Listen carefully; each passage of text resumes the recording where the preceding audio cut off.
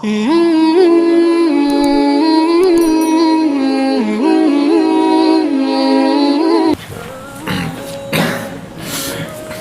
صل على محمد وعلى آل محمد كما صليت على إبراهيم وعلى آل إبراهيم إنك حميد مجيد. اللهم بارك على محمد وعلى آل محمد كما باركت على إبراهيم وعلى آل إبراهيم إنك حميد مجيد. بسم الله الرحمن الرحيم. باب فضل العلم وقول الله عز وجل. علم کی فضیلت. علم کی فضیلت کے بارے میں دو آیات قرآن کریم کا امام بخاری رحمۃ اللہ علیہ یہاں پیش فرمایا.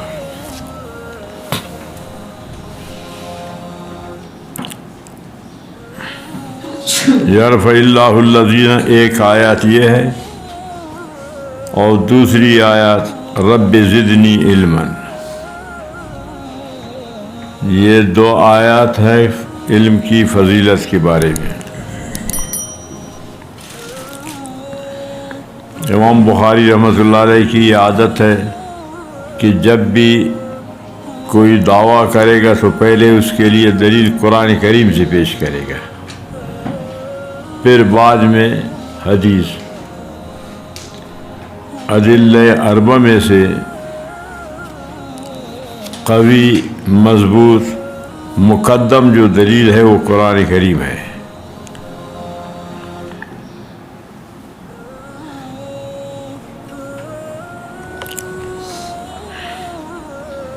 اب یہاں ایک سوال وارد ہوگا. سوال یہ ہے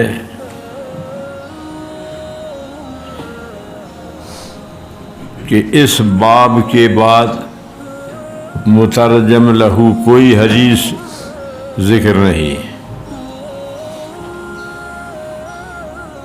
اس باب کے ترجمہ الباب کے بعد مترجم لہو کوئی حدیث یہاں ذکر نہیں. اس کی کیا وجہ ہے؟ کیوں ذکر نہیں کیا حدیث اس میں؟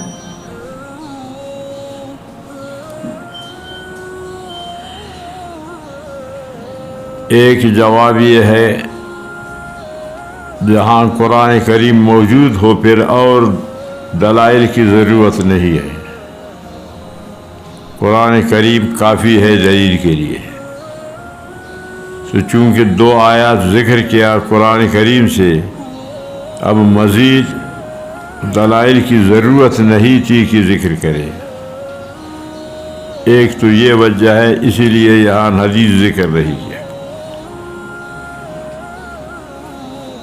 دوسرا جواب، یہاں حدیث کے لیے بیاض خالی جگہ امام بخاری رحمۃ اللہ علیہ نے چھوڑا کہ بعد میں پھر اس میں حدیث ذکر کریں گے،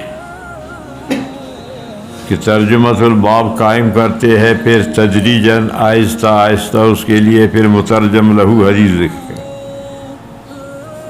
چونکہ آپ کو حدیث ذکر کرنے کا موقع نہیں ملا کہ آپ دنیا سے رخصت ہو گئے، اس وجہ سے یہاں مترجم لہو رہ گئی، حدیث ذکر نہیں ہو سکا. یہ دو. نمبر 3، امام بخاری کو ان کے شرط کے مطابق حدیث نہیں ملی، اس وجہ سے یہ حدیث ذکر نہیں کیا. لیکن یہ جواب کمزور جواب ہے، اس لیے کہ آگے علم کی فضیلت میں جب باب قائم کریں گے تو وہاں اس میں حدیث ذکر کیا ہے. اگر آپ کو حدیث نہ ملتی تو پھر وہاں بھی ذکر نہ کرتے.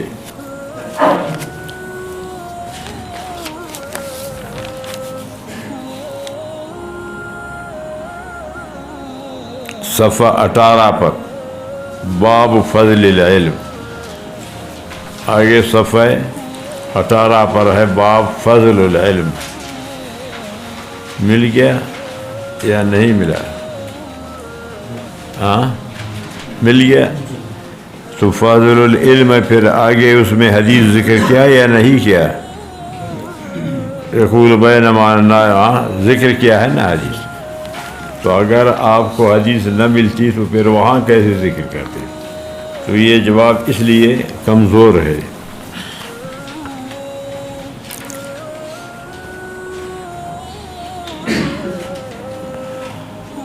دوسرا یہاں سوال، دوسرا سوال کہ اس باب کو تکرار کے ساتھ کیوں ذکر کیا؟ ایک تو یہاں ہے فضل العلم، پھر آگے 18 صفحہ پر پھر فضل العلم ہے یا نہیں؟ تو تکرار کے ساتھ کیوں ذکر کیا اس کو؟ تو اس کا ایک جواب یہ ہے کہ یہاں کاتب کی غلطی سے لکھا گیا ہے، اصل وہی ہے جو آگے آ رہا ہے. فضل علم کا باب وہی ہے، یہ کاتب کی غلطی سے یہاں لکھا گیا ہے.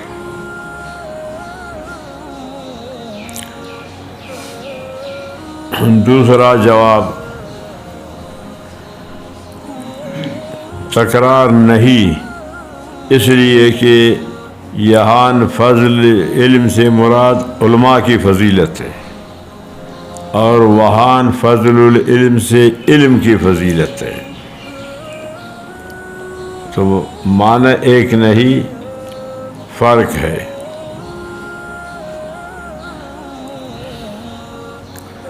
دوسرا جواب، یہاں فضل بمانا فضیلت کے ہے، وہاں فضل بمانا زیادتی کی ہے.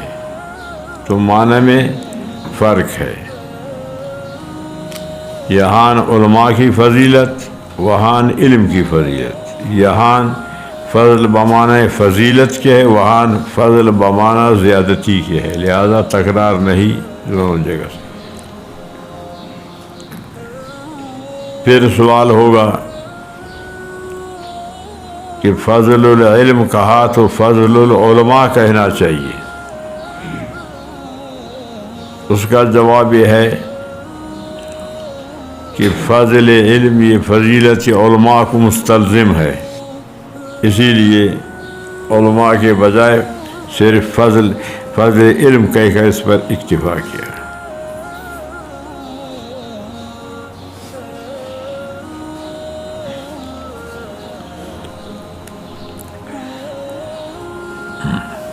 فضل العلم.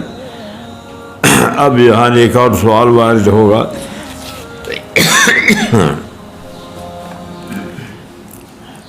کہ آدم علیہ السلام کو علم کی وجہ سے فضیلت دی گئی یا عبادت کی وجہ سے، کہ آپ کو خلافت دی گئی؟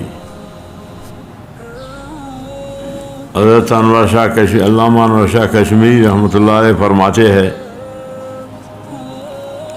خلافت کے مستحق 3 تھے: آدم علیہ السلام، ملائکہ اور ابلیس.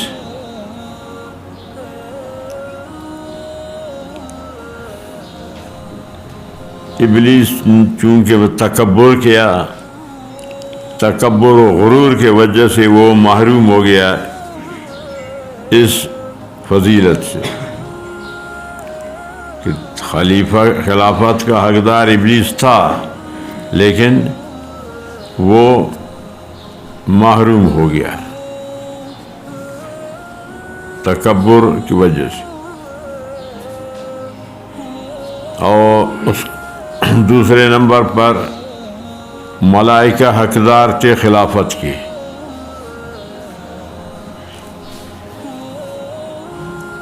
چونکہ ملائکہ نے آدم علیہ السلام کے تخلیق پر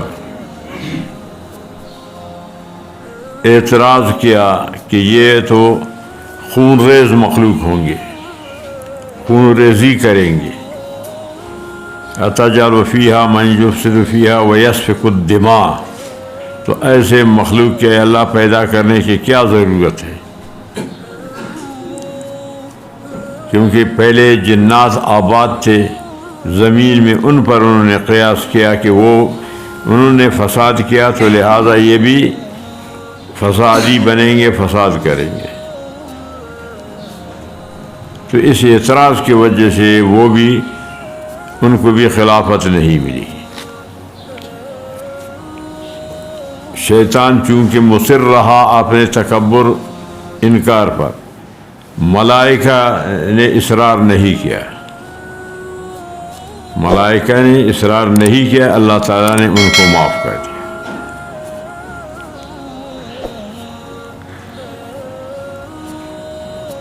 تو پھر آدم علیہ السلام باقی رہے، تو آدم علیہ السلام میں علم بھی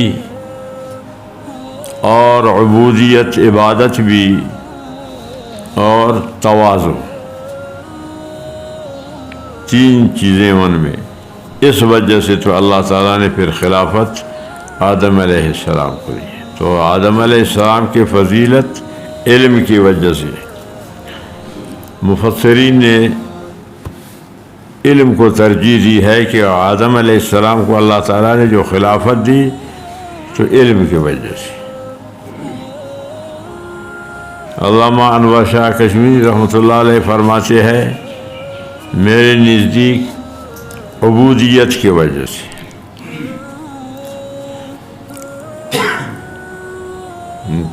تو میرے نزدیک علم، عبودیت، تواضع، تین چیزیں ہیں، تینوں کی وجہ سے اللہ تعالیٰ نے آدم علیہ السلام کو خلافت دی اور ان کو ترجیح دی۔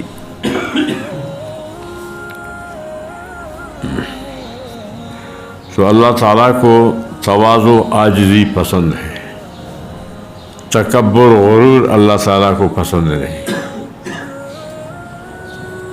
بیہقی میں حضرت عمر رضی اللہ تعالیٰ عنہ کی روایت ہے، تواضعوا لمن تعلمون منہ، تم جس سے تعلیم حاصل کرتے ہو اس کے سامنے عاجزی کرو۔ استاذ کے سامنے شاگرد کو عاجزی کرنا چاہیے، جو عاجزی کرے گا تو وہ کامیاب ہوگا، جو سرکشی کرے گا وہ محروم ہوگا۔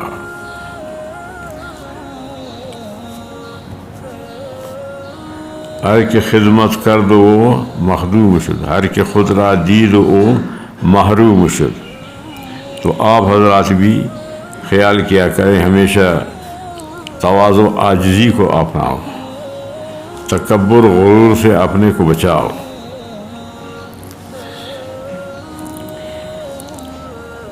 تو فرمایا کہ فضل العلم وقول اللہ عز وجل یرفع اللہ الذین آمنوا منکم، تمام انسانوں میں سے اعلیٰ درجہ مومن کا ہے، غیر مومن غیر مسلم سے مومن کا درجہ اعلیٰ ہے۔ پھر مومنوں میں، مسلمانوں میں عالم کا درجہ سب سے زیادہ ہے۔ یرفع اللہ الذین آمنوا منکم، تم میں سے جو ایمان والے ہیں ان کا درجہ مقام اللہ کے نزدیک بڑا ہے۔ والذین اوتوا العلم درجات، اور مومنوں میں پھر علم والوں کا، عالم کا درجہ زیادہ ہے، اس لیے کہ عالم یہ نبی کا وارث ہے۔ العلماء ورثۃ الانبیاء، کہ علماء یہ انبیاء کے وارث ہیں، اس لیے نبی کا درجہ زیادہ ہے تو عالم کا بھی درجہ زیادہ ہے نبی کے وراثت کے وجہ سے۔ اور فرمایا کہ انبیاء نے لم یورثوا درہما ولا دینارا، انبیاء نہ دینار نہ درہم کا کسی کو وارث بنایا، بلکہ ورثوا العلم، علم کا وارث بنایا ہے۔ انبیاء نے علم کو چھوڑا تو علماء اسی علم کو حاصل کیا، اسی لیے نبی کے وارث میں میت کا جو ترکہ ہے، اس ترکہ کا جو مستحق ہے اس کو وارث کہتے ہیں۔ تو انبیاء کا ترکہ علم ہے، مال و دولت نہیں۔ تو جب انبیاء کا ترکہ علم ہے تو علماء عالم اسی علم کو حاصل کرتے ہیں، اسی لیے وہ نبی کے وارث ہے۔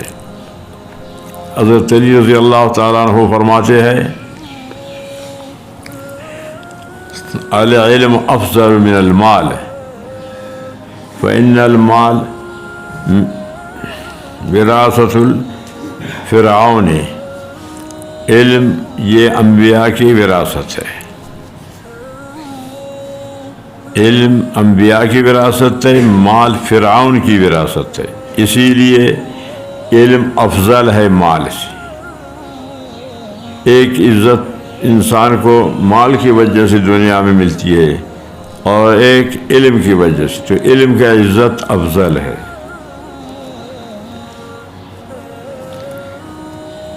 اذا مات الرجل، فرمایا جب کہ انسان مر جائے، یبقى مالہ، مال رہ جاتا ہے۔ والعلم يدخل مع صاحبه في قبره، علم قبر میں بھی عالم کے ساتھ ہے۔ اور پھر علم ایسی دولت ہے کہ ہر وقت ساتھ ہے، مال ہر وقت ساتھ نہیں ہے۔ علم حضر میں بھی ساتھ ہے، سفر میں بھی ساتھ ہے، قبل الموت بھی، حیاتی میں بھی ساتھ ہے، اور بعد الموت بھی ساتھ ہے۔ ایک شاعر نے کہا کہ علمی معی ہے سما امت ینفعنی،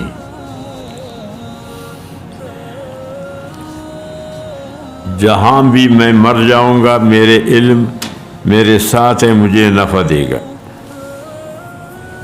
قلبی لہو وعاء لا بطن صندوقی، کہ میرا دل اس کا ظرف ہے علم کا، کہ وہ دل میں ہے۔ ان کنت فی البیت کان العلم فیہ معی، اگر میں گھر میں ہوں علم ساتھ ہے۔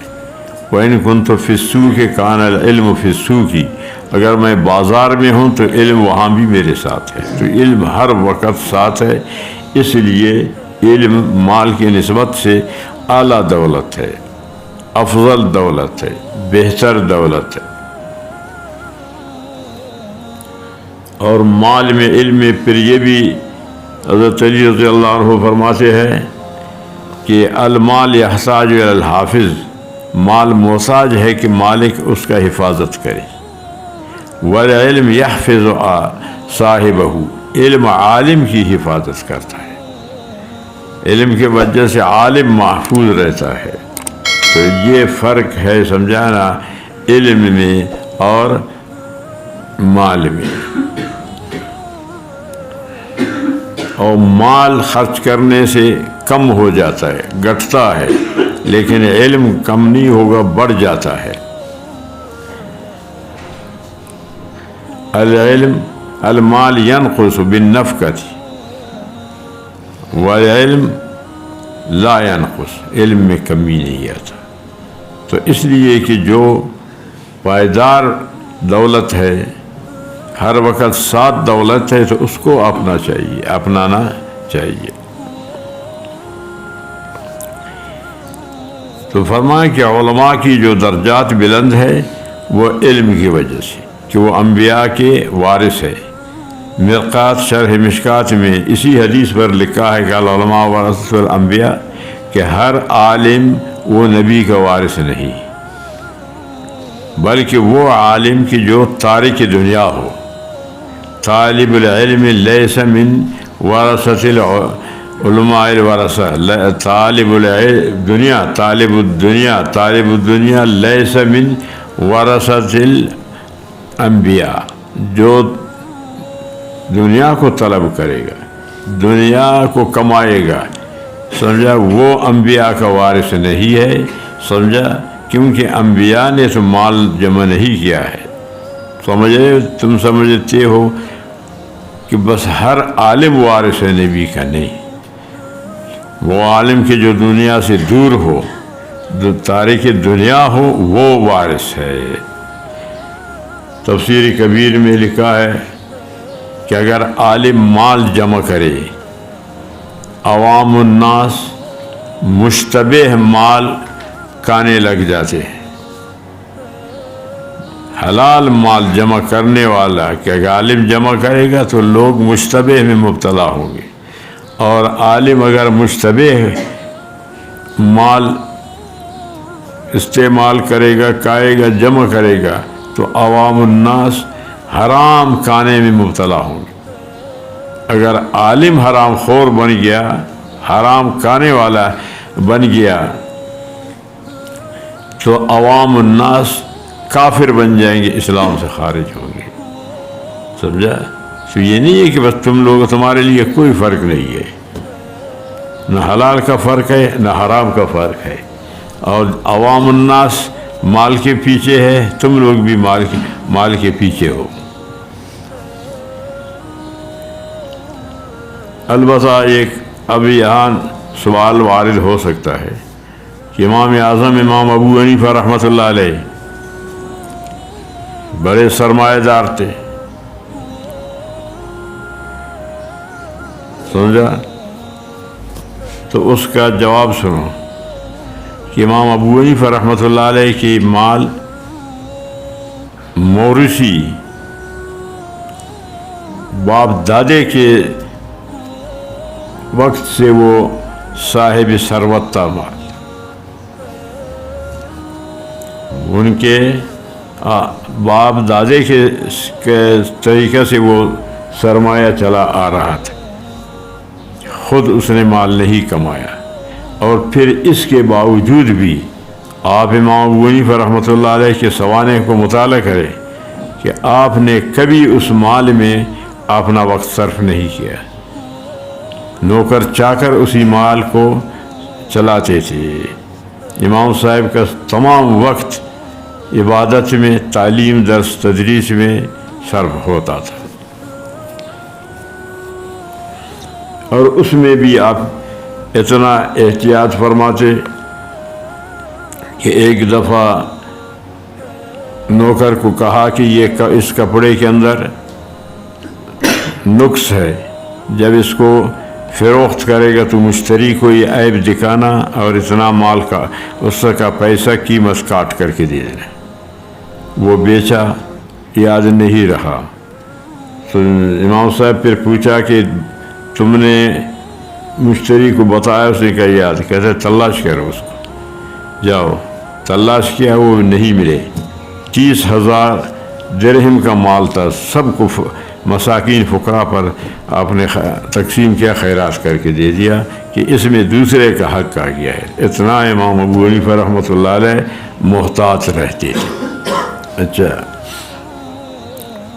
کوفہ میں ایک بکری گم ہو گئی تو 7 سال تک امام ابو حنیفہ رحمۃ اللہ علیہ کسائی سے گوشت نہیں خرید کرتے تھے کہ ایسا نہ ہو کہ وہی سمجھانا گم شدہ مال کا گوشت آ جائے۔ تو مال ہو اس طرح حلال طریقے سے کمائی اور پھر حلال طریقے سے اس کو خرچ کرے تو پھر وہ مال مذموم نہیں ہے، تو وہ عثمان غنی رضی اللہ تعالی عنہ کی مال کی طرح ہے۔ امام ابو حنیفہ رحمۃ اللہ علیہ اگر نیا کپڑے پہنتے تو غریبوں کو اتنا کپڑا پہناتے، علماء کو پہناتے، جتنا روزانہ آپ کا کھانے کا خرچ ہوتا اتنا مساکین پر خرچ کرتے تھے۔ تو اس طرح کا مال ہو تو بے شک وہ مال ممدوح ہے، مذموم نہیں ہے۔ باقی جو خود کمائی کرے، موروثی اس کے جائیداد نہ ہو، خود کمائی کرے، کاروبار کرے، سمجھ تو وہ نبی کا وارث نہیں ہے۔ 100 جھوٹ بولتا ہے کاروبار میں، 100 قسم اٹھاتا ہے، 100 دھوکہ کر لیتا ہے، پھر وہ کیسے نبی کا وارث بن سکتا ہے؟ تو آپ اپنے پیشہ کو دیکھیں کہ آپ کا پیشہ کیا ہے۔ تو بات بھائی آ گئی سمجھ میں کہ عالم کو یہ درجہ کہ وہ نبی کا وارث، علم کی وجہ سے نبی کا وارث ہے، تو تاریخ دنیا عالم ہوگا وہ نبی کا وارث ہوگا۔ علماء کے پاس بے شک اللہ والے جو ہیں ان کے پاس پیسہ آتا ہے، لیکن وہ اس کو قبول نہیں کرتے ہیں، جمع نہیں کرتے ہیں، رکھتے نہیں ہیں۔ ترمذی شریف میں آپ نے پڑھا ہے یا پڑھیں گے جلد ثانی میں کہ نبی علیہ السلام فرماتے ہیں کہ مجھے اللہ تعالیٰ نے پیش کیا کہ یہ مکہ کے پہاڑوں کو آپ کے لیے سونا چاندی بناؤں گا۔ عرض علیہ ربی ان یجعل بی بطحا مکہ ذهبا فقلت لا یا رب اشبع یوما واجوع یوما اذا جوت تضرعتک وذکرتک واذا شبعت حمدتک وشکرتک۔ یہ حدیث ترمذی جلد ثانی میں ہے۔ تو اللہ تعالیٰ نے سونے چاندی کی پیشکش کیا پہاڑوں کو، میں نے کہا کہ نہیں اللہ، ایک دن میں بھوکا رہوں، عاجزی کروں گا، مانگتا رہوں گا، اور دوسرے دن پیٹ بھر کر کے کھاؤں گا تو شکر کروں گا نعمت کا۔ یہ نہیں ہے کہ نبی کو نہیں تھا، خود نبی علیہ السلام پسند نہیں فرماتے تھے۔ تو عالم کا بھی یہی شان ہونا چاہیے کہ وہ پیسہ جمع نہ کرے، دولت جمع نہ کرے، اگر آئے بھی اس کو خرچ کرے، جمع نہ کرے۔ بات سمجھ رہے ہو؟ تو فضیلت علم، واللہ بما تعملون خبیر، فرمایا اللہ تعالیٰ تمہارے عمل کو جانتے ہیں کہ تمہارا کیا عمل ہے۔ ایک آیات تو یہ، اور دوسری آیات رب زدنی علما، کہ اے اللہ نے فرمایا قل رب زدنی علما، اپنے نبی کو خطاب فرمایا کہ آپ رب سے علم مانگا کریں۔ تو نبی علیہ السلام کو کسی چیز کا بھی اللہ تعالیٰ نے زیادتی طلب کرنے کا امر نہیں فرمایا سوائے علم کی، کہ علم ایسی دولت ہے جتنا بھی ہو مزید طلب کرنا چاہیے، مزید طلب کرنا چاہیے۔ علم سے عالم کا پیٹ کبھی نہیں بھرتا، جتنا بھی علم ہو وہ چاہے گا کہ اور میں حاصل کروں، اور مجھے پوری زندگی اگر وہ کتابوں کو مطالعہ کرتا رہے تب بھی وہ اکتفا نہیں کرے گا کہ اب سمجھا اتنا علم ہے مجھے بس ہے، اور اس کو بس بھی نہ کرنا چاہیے، زیادہ طلب دن بدن زیادہ طلب کرنا چاہیے۔ اور علم کا جو عزت ہے وہ سب سے، اذا ما اعتز ذو علم بعلم فعلم الفقہ اولا باعتزازہ۔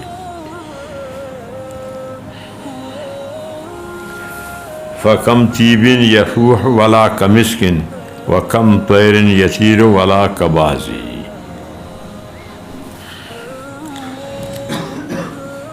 تو علم کا عزت سب چیزوں کی عزت سے زیادہ ہے۔ تو فرما رب زدنی علما، تو یہ باب قائم کیا امام بخاری رحمۃ اللہ علیہ، صرف اس کے اندر 2 آیات ذکر کر لیا بس، باقی حدیث نہیں لایا۔ باب منصوب۔